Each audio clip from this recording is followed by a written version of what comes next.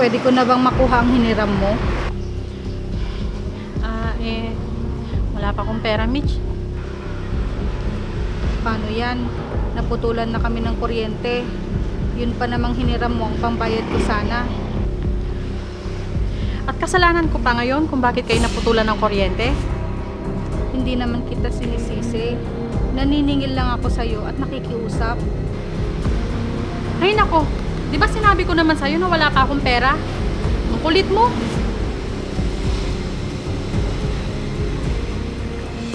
Saan kaya ako hiniram ng pera?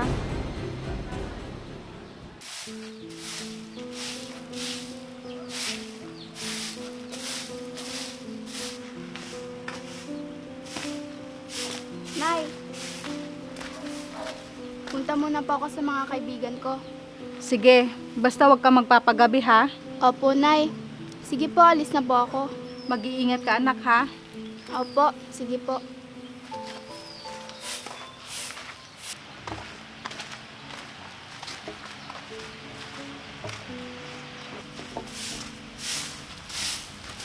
Mitch, O Layla, napadalaw ka. may pera ka ba dyan? Kailangan ko lang. May babayaran kasi yung anak ko sa eskwelahan. Ah, ganun ba? Magkano naman ang kailangan mo? 500 lang sana, kung meron ka.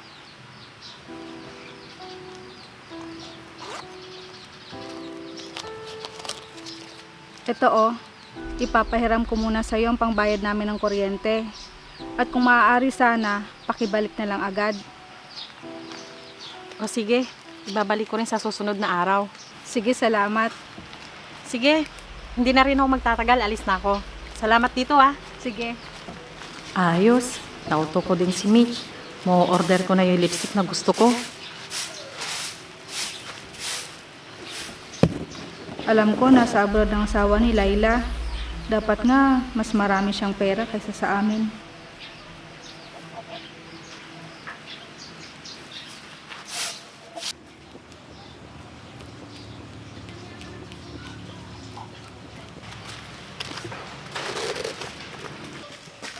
Nay, mano po. Kaawaan ka ng Diyos, anak. Nay, nakita ko po kanina si Tita Layla. Bakit ano pong sinadya niya sa'yo? Nangutang siya ng pera sa akin. Kailangan daw ng anak niya sa eskwelahan. Ha? Ano po? Nakita ko po siya kanina sa bayan, namimili ng mga lipstick. Yun po ba yung walang pera, Nay? Kung ano-ano ang mga pinapamili na hindi naman po kailangan.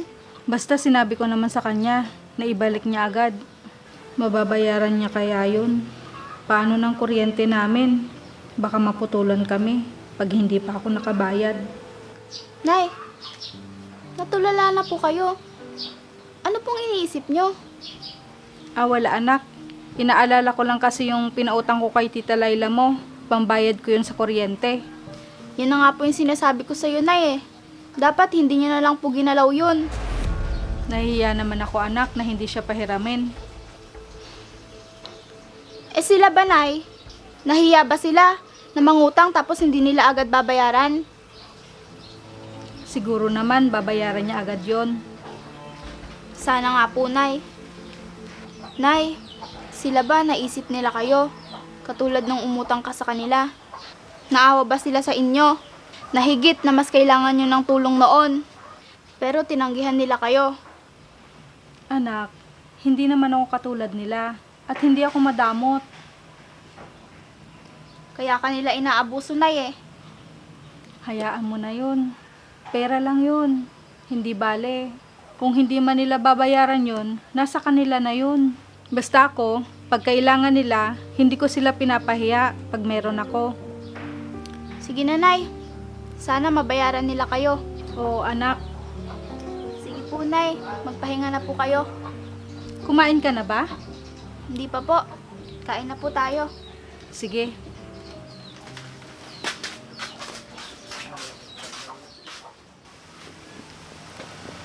Naputulan kami. Paano kaya to? Mas malaki ang babayaran ko na naman yan.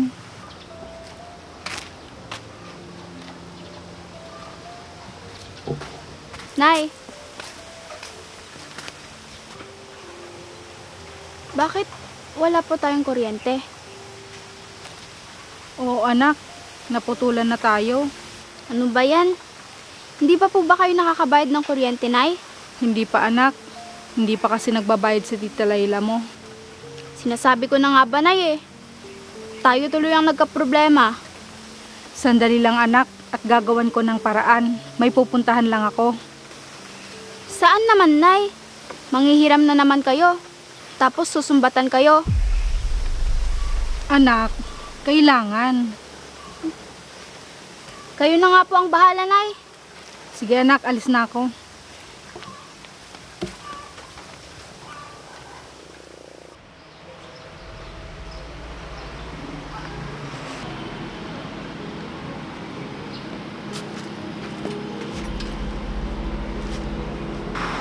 Layla, Oh, Mitch, ikaw pala. pwede ko na bang makuha ang hiniram mo? Wala pa akong pera, Mitch. Paano yan? Naputulan na kami ng kuryente. Yun pa namang hiniram mo ang pambayad ko sana. At kasalanan ko pa ngayon kung bakit kayo naputulan ng kuryente. Hindi naman kita sinisisi. Naniningil lang ako sa'yo at nakikiusap. Ay nako, di ba sinabi ko naman sa'yo na wala pa akong pera? Ang kulit mo.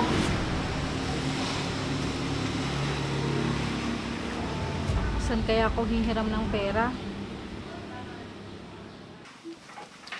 Init sa loob.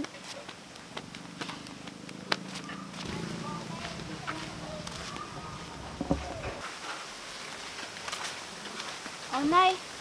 Kamusta po ang lakad nyo? Nakabayad na po ba kayo ng kuryente? Hindi nga anak eh. Ang Tita Layla mo, sinisingil ko kanina, siya pa ang galit. Ayun na nga ba ang sinasabi ko sa inyo, Nay? Kapag kayo na po ang may kailangan, wala na po kayong malapitan.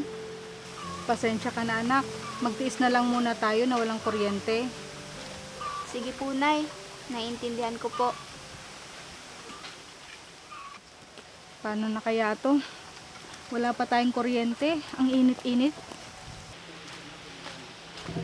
Mitch?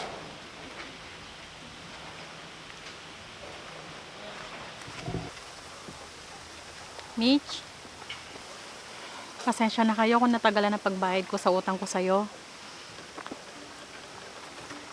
Eto oh. Bakit sobra naman yata to? Sinobrahan ko na yan para makabawi naman ako sa inyo. Naku, yung utang mo na lang yung babayaran mo. Kunin mo na tong sobra. Hindi, sa inyo na yan. Kung hindi naman dahil sa akin, hindi naman sana kayo mapuputulan ng kuryente. Maisip ko na kung sino pa yung may mga pera, sila pa yung hindi malapitan. Samantalang ikaw, Mitch, hindi ka nagdalawang isip na pahiraman ako nun. Kasi alam ko naman na maibabalik mo agad yon. Nahiya ako sa'yo. Hindi ko naisip na mas kailangan mo ang perang yon kesa sa akin. Mabuti pa kayo. Natitiis ninyo kahit walang pera. Samantalang ako, hindi ko kaya pag naubusan ako. Manghihiram ako para lang may pambili ako sa mga luho ko. Nako, hindi tama yan. Kailangan mong isipin ng bukas. Huwag kang mag-aksaya ng pera sa mga bagay na hindi mo naman kailangan. Kaya nga, magmula ngayon, hindi na ako bibili ng mga bagay na hindi naman kailangan. Tama yan. Pasensya na talaga kayo. Hayaan mo. Kalimutan na natin yon. Salamat. Siya nga pala. Aanyayahan ko pala kayo sa kaarawan ko sa isang araw. Punta kayo ha. Talaga po, tita? Sige po. Ikaw talaga anak. Basta pagkain. Pagkain na po yun eh. Tatanggihan ko pa ba? Sige Layla. Asahan mong pupunta kami sa kaarawan mo. Sige, salamat. Aasahan ko kayo ha. O siya, alis na ako. Maraming salamat ulit sa pangunawa mo, Mitch. Hindi na mauulit. Naku, wala yun. O siya, Raizel, Mitch, alis na ako. Sige, ingat. Sige po, tita, ingat. Nay, sigurado po ako masarap yung handa ni Tita Laila. Ikaw talaga, kaya ka tumataba eh. Hindi naman po ah.